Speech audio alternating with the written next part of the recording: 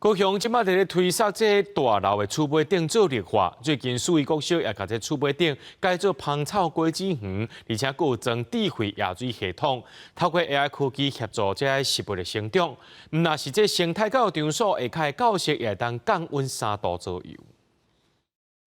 高雄市市委国小的校舍厝顶已经加做一个空中花园，完全看袂出来厝顶遮本来趴园可以流水。经过建筑师重新规划防水甲排水系统，即摆学生囡仔会当伫遮种花草甲果子，而且种的土有40公分高，唔若既热降温，佫会使减少冷气使用的电。做了绿屋顶之后呢，底下的教室呢，大概可以减温3到5度，至少哈。那因此呢，我们的冷气就不用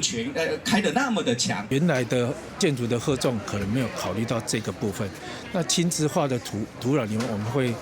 放一些砾料、一些陶粒，这些陶粒是会让那个保水性增加。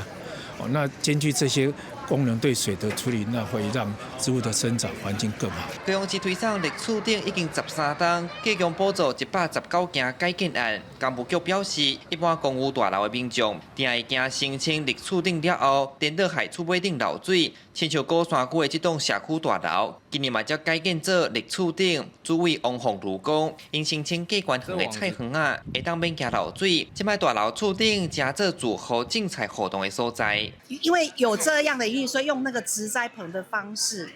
就把它架高，住户来认养一些我们的那个